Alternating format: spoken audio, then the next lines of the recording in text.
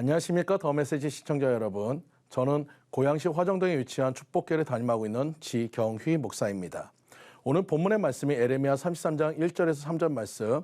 에레미야가 아직 시대 뜰에 갇혔을 때에 여호와의 말씀이 그에게 임하니라. 가라사대 이를 행하는 여호와, 그것을 지어 성취하는 여호와, 그 이름을 여호와라 하는 자가 이같이 이르노라. 너는 내게 부르짖으라. 너는 내가 내게 응답하겠고 내가 알지 못하는 크고 비밀한 일을 내게 보이리라.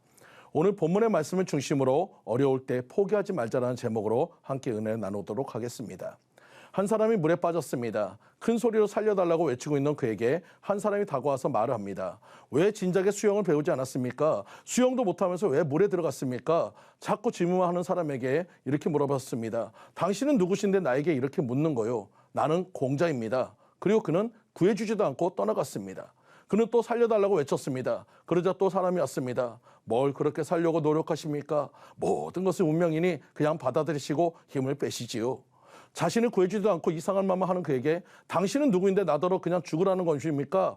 나는 부처요. 다 부질없는 노력입니다. 하면서 그도 그냥 가버렸습니다.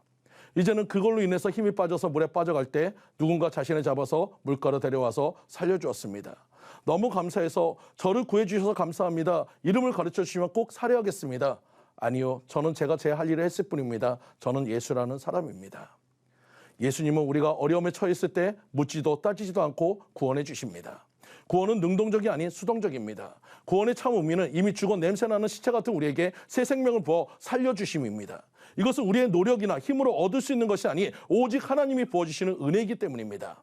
많은 사람들이 구원을 얻는 방법을 온갖 지식과 상식과 과학과 종교에서 찾지만 하나님이 우리에게 믿음을 주시고 그 믿음에 순종하게 만드심을 통해서 얻는 것이 구원인 것입니다.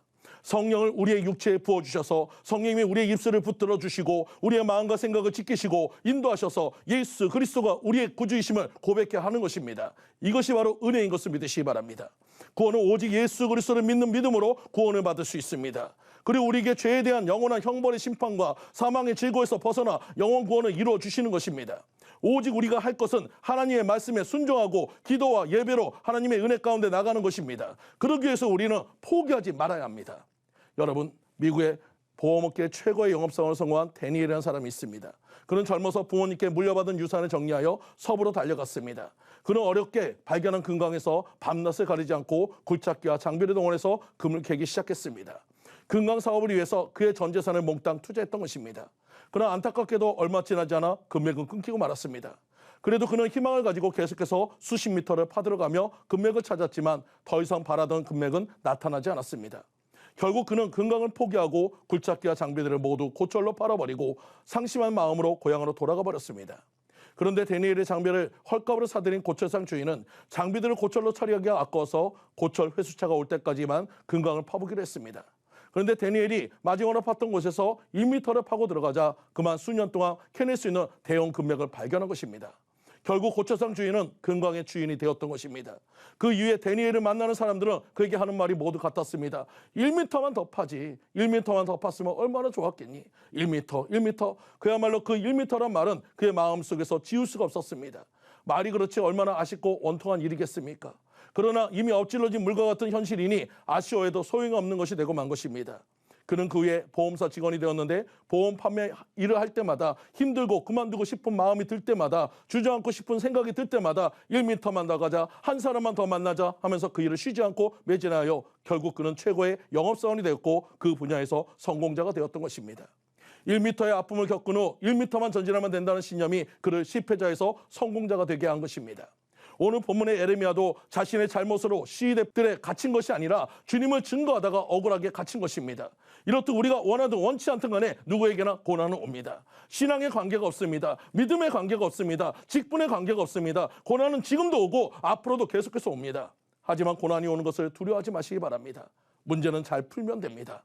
고난도 비가 올 때 우산으로 대처하듯이 고난은 기도로 대처하면 되는 것을 믿으시기 바랍니다.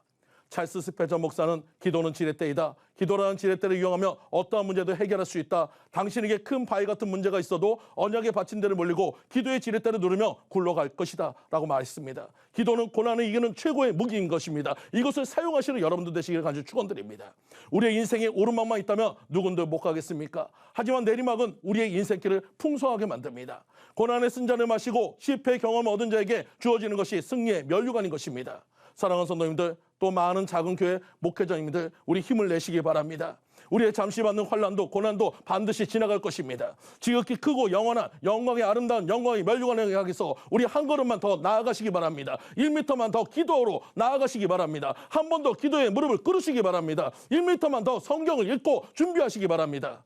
이를 행하시는 여호와, 그것을 지어 성취하는 여호와, 그 이름은 여호와라는 자가 이같이 이르노라. 너는 내게 부르짖으라. 내가 응답하겠고 내가 알지 못하는 크고 비밀한 일을 내게 보이리라. 주님은 우리가 낙심하고 절망하지 말고 기도하라 하십니다. 그러면 보이는 환난이나 고난은 잠깐이지만 보이지 않는 면류관은 영원할 것일 것을 믿고 따라가시기 바랍니다. 면류관을 향해서, 푯대를 향해서 달려가시는 성도님들 모두가 되시기를 간절히 축원드립니다.